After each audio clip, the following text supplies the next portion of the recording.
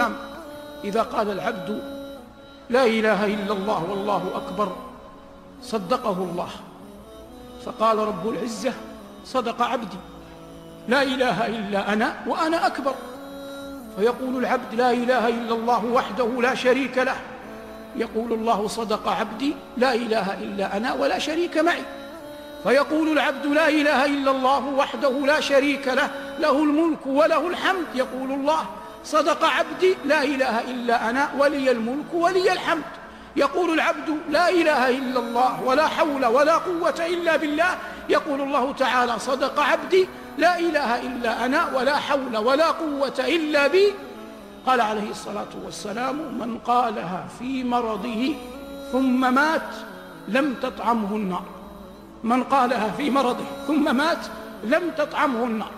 وفي حديث شداد بن أوس وعبادة بن الصامت أن النبي صلى الله عليه وسلم قال لهم يوما: ارفعوا أيديكم، فرفعوها، فقال: قولوا لا إله إلا الله.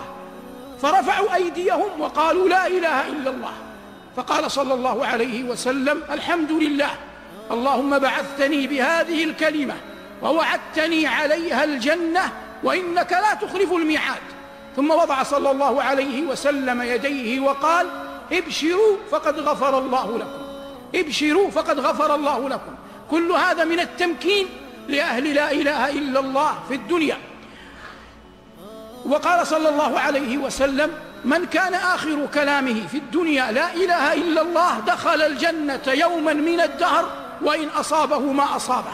وقال عليه الصلاة والسلام كما في مسند البزار بسند حسن أنه صلى الله عليه وسلم قال: لا إله إلا الله كلمة كريمة على الله ذات مكان، كريمة على الله ذات مكان، من قالها صادقا أدخله الله بها الجنة، ومن قالها كاذبا حقنت دمه وأحرزت ماله، وإن لقي الله غدا حاسبه.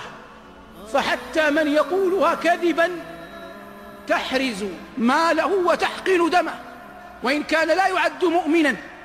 والمقصود من هذا أيها المباركون بيان عظيم وفضل هذه الكلمة المباركة. هذا كله ما ورد من فضلها في الدنيا.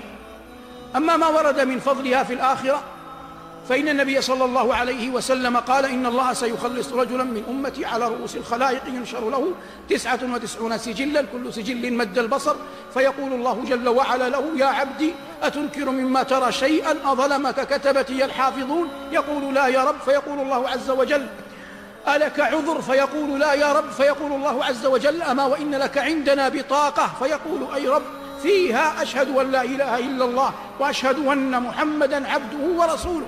فيقول: أي رب، وما تغني هذه البطاقة أمام هذه السجلات؟ فتوضع السجلات في كفة ولا إله إلا الله في كفة، فتثقل البطاقة وتطيش السجلات ولا يثقل مع اسم الله شيء.